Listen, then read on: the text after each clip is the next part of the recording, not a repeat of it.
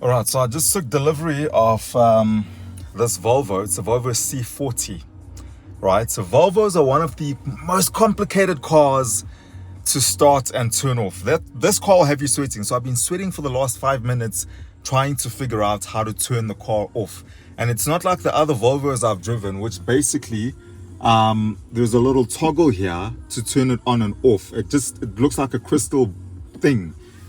This car doesn't have that, and I've just been trying to switch it off. Even now, I open the door now, and it seems to have turned off. I don't know if it really has turned off. The radio is still on, the AC is still running. So I don't know. We're gonna try and figure this out together. I don't know where the on-off switch is in this car. I mean, you'd assume it would be there. It's not on the other side of the steering wheel either. Okay, so this is technology, guys. This is what you go through. If you're not familiar with Volvo cars and you get dumped into a Volvo, you're gonna struggle. You're gonna struggle to either start the thing. That's gonna be the first issue, trying to start it. Now I'm trying to think now, as I'm saying this, when I have to start it again, how am I gonna do that? I mean, I could just walk away now and just try lock it and see what happens. But when I have to drive again, how am I going to start it? I don't know. Maybe it's this, actually. Maybe it's this little button over here. No, that's for the radio. I just turned off the radio. Okay, so if you know, let me know how to do this. If you have any knowledge. It might be a bit too late, but maybe educate the rest of us. Drop it in the comments over there and let us know how to operate the Volvo C40. A little longer than a few minutes later. I'm on my way to gym now. And surprisingly, I was able to figure out how to start this car like within the first 2 minutes. I don't know how I did it. There is no start button. There is no switch off button. You literally just put the thing into gear, into drive like that. And it comes on, as you can see over there. And you're good to go. How crazy is that? So if you can't rub two brain cells together and figure something out, you will be stuck in this kind of car. You're not going anywhere.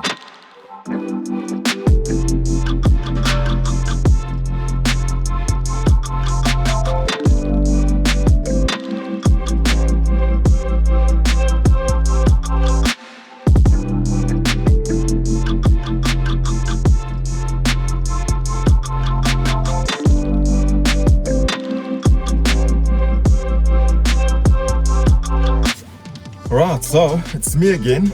This is day 4 with the Volvo C40, and one of the biggest drawbacks with electric vehicles is what I'm experiencing today. Day 4, my range is 210 kilometers, which sounds plenty, but I've got things to do and places to be, right? So it's not going to be enough, and now I'm tasked with the task of finding a suitable charging station near me, right? And I've been on Google. I spent the last 10 minutes on Googling, trying to find a DC charging station because DC is faster. It's still not fast enough, but it is faster than AC. So we're gonna go and visit a few charging stations near my house and see if there's any DC. I can't confirm anything from what I've Googled, whether it's AC or DC or what the situation is. So we're gonna go try find a DC. We're gonna go to the first place, see if that helps or that's a bomb.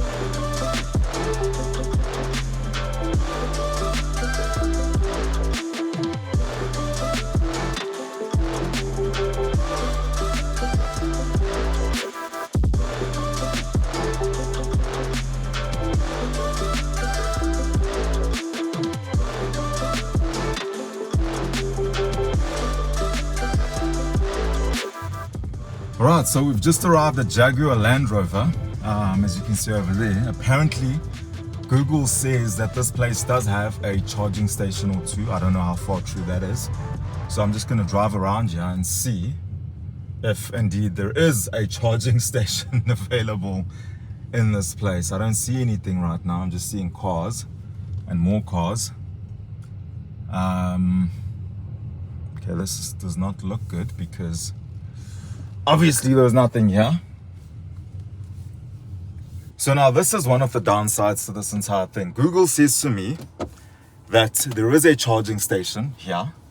Jaguar Land Rover, this specific one, and I've driven all the way here, and to find out that there's actually nothing. There is no charging station. I can't see anything. I can't see any public charging station. Normally at car dealerships, you can see them. They're outside. They're in the parking lot, right? So that anyone who needs to use the thing can just use it. And I've driven the entire parking lot and there's nothing here. I don't assume that there will be a charging station inside the dealership itself. That wouldn't make any sense, because charging stations are generally made public and made available to anyone who might need to use the charging station. So thank you, Jaguar Land Rover, or thank you, Google. I don't know which one it is, but I don't see any charging infrastructure here. So that is on to location 2.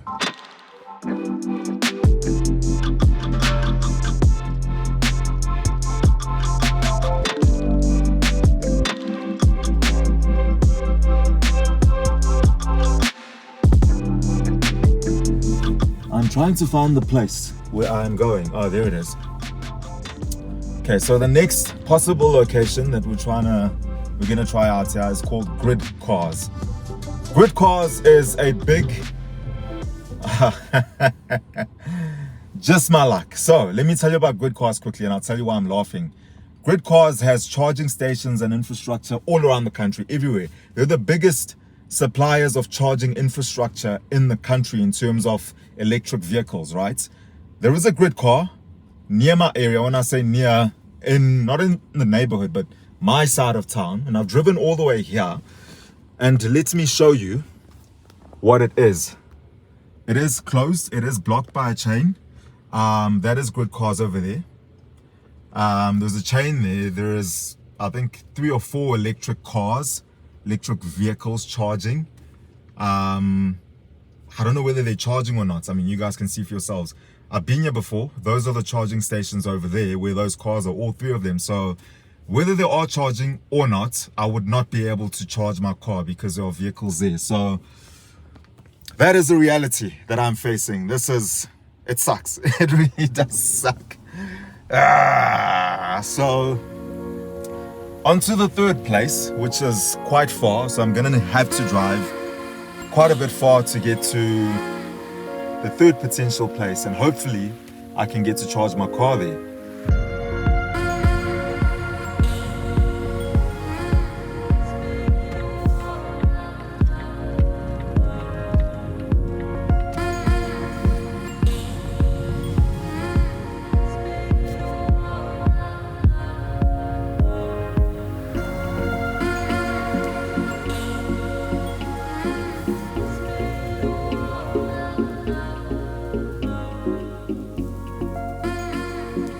Okay, so we've just arrived at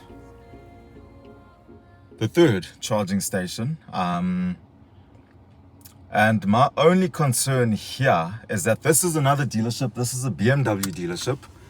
I see AC there, and I think there might be a DC charging station right there. But the problem is, I can charge here. I mean, it's empty. There is no car.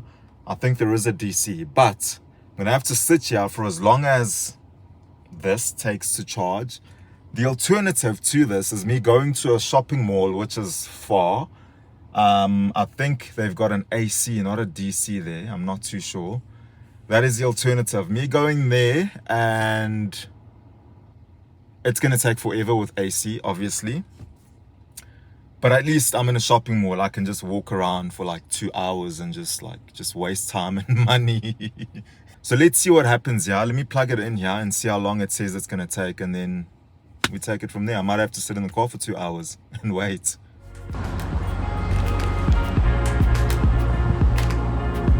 Okay, so this looks like DC. Okay, that's a good sign. So let's see if we can get this running.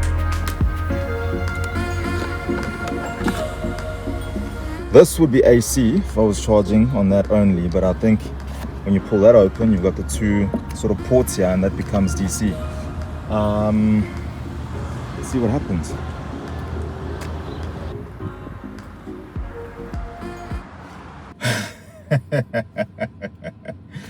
So frustrated is an understatement right now, guys. It's not going well at all. Got a card. This is a card that you've got to tap on the box. The box is completely off. There's no power, there's no electricity, which possibly also explains the traffic light situation. So I don't want to paint electric cars in a bad light, but these are the things that you might be faced with. Now imagine, I've got like 200 odd kilometers of range, right? Imagine if I was on like 15% and I desperately needed to charge to get somewhere. What do you do in that situation? I know that some may argue that you should probably charge your car overnight while you sleep, which is a fair point, but the other side of that coin is that not everyone has a charging point close to their home, and if you don't, you'll probably have to use public charging stations like I had to. I'm tired. Honestly, I think I'm gonna give up on this whole thing. I'm gonna try one more place, which will probably be location number 4, and I've spent almost an hour driving around looking for a charging station, and see what happens. I think this is it. Cool. Okay, so this is DC.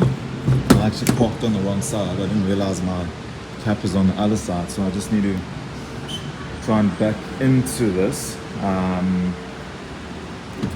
Let's park in this bay over here. I can't believe this is my life, honestly speaking.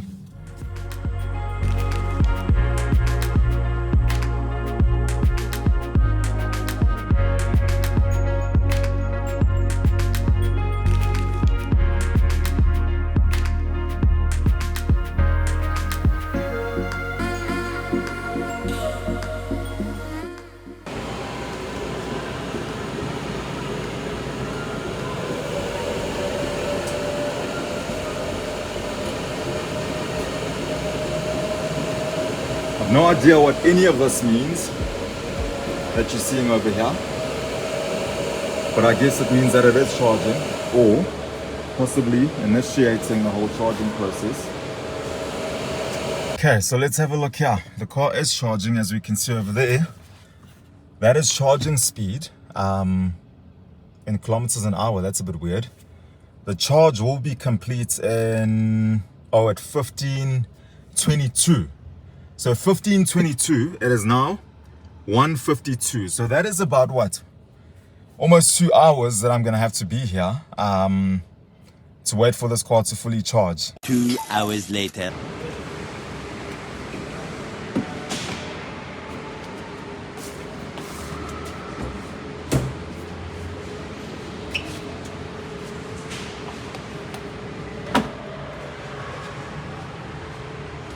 Okay, so finally we are done with the charging of this Volvo. My whole day is basically gone. I've lost the entire day. It is now almost 3:30 in the afternoon. And it's unfortunate that it had to go down this way. I mean, I had so much faith in electric cars. I had so much faith in everything else. And the range that we are getting, or the range that we've got, the battery is 100% full. Is only 460 kilometers. That's the range I've got over here. Although Volvo claims that the range in this car, fully charged, is 510. It's 460, so I don't know how that works, and I don't know how you would achieve 510 when the range actually tells you that it's 460. Or could it be possibly that the more that you drive, you kind of recoup? I don't think so, because you'll be losing energy. But I'm just glad I'm done. I'm glad that's sorted. And I don't want to repeat that again during my time with this car. I don't want to have to charge it again. It's been a nightmare. It's literally chowed my whole day. The car's great. Everything about the car is great. I'm enjoying the car, but refueling. All right, now with all of that said and done, and having experienced all of that, let me tell you some of the good things about this Volvo C40. Firstly, the design, and I think I've said this before, it is a head-turning design. While I was waiting there, Netflixing and chilling, I've had about 4 different groups of people, families coming into the mall, obviously walking past, stopping, looking at the car. The one couple and their daughter, I think I spent about half an hour talking to them about the car, about cars, showing them the car, etc., etc. So people really like the look of this car, and I don't blame them. The other thing about this car is that you're spending about 1.3 bar. You're getting 300 kilowatts and 660 Newton meters. And when you put your foot down, the thing disappears. That's what electricity does. That's what it's all about. You've got the screen over here. I'm not the biggest fan of screens in a car that take over things like air conditioning, radio, etc, etc. The Volvo does have a screen, but the cool thing about the screen is that it's got Google. So you log onto your Google account and everything that is linked to your Google account. For instance, for me, I've got Apple Music. Some people may have Spotify. It's got Apple Music here, built in. It's got Spotify. So you just click on the icon and all of your music is just there, just as it is on your phone. I was also surprised to discover YouTube in its full entirety through the Volvo's large screen. I don't think it allows you to watch YouTube while driving though. It's probably there to keep you entertained while you wait for the car to finish charging, which is very thoughtful of them. So that's really cool. You're getting this panoramic glass roof over here as standard. You're getting 20-inch wheels as standard, which obviously add to this nice looking sexy specimen of a car. You're getting a heated steering wheel, which is underrated, but for winter times it is important and crucial. You're getting heated seats in this car standard, heated seats in the rear as standard, so people in the back can also get their cheeks warmed up. You also get this cool little compartment in the front of the car where the engine should be. The home charging cable that comes with the car is stored here, and anything else that you want to stash away from prying eyes. And of course, with Volvos, you get a premium audio system as standard. Every Volvo I've driven comes with a proper premium audio system. You're getting a Harman Kardon audio system in this car, and let me tell you, friend, Harman Kardon kicks.